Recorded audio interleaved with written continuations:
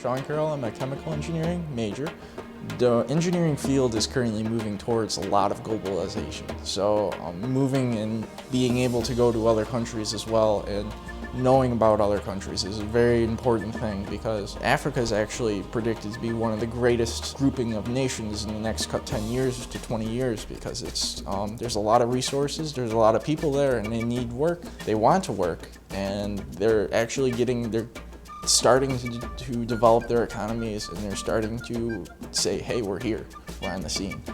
Democracy here in the United States, though, is a little bit different. It's more along the lines of a republic, is representation.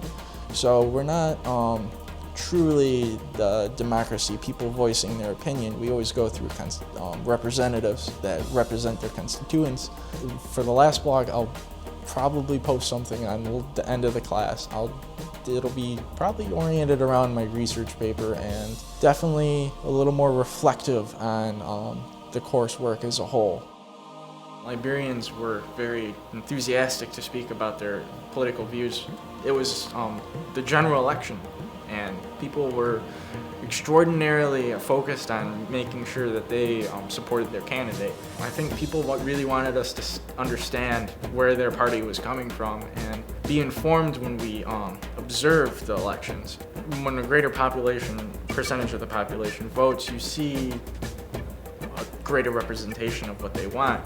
But you also see participation in democracy, and I think participation is like an extraordinarily important part of democracy. If people aren't participating, then government can't function. I'd say that my views and my horizon has definitely broadened, like, phenomenally.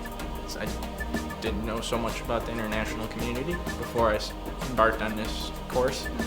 And I definitely was a little bit more narrow-minded on the use of science and research and engineering and society.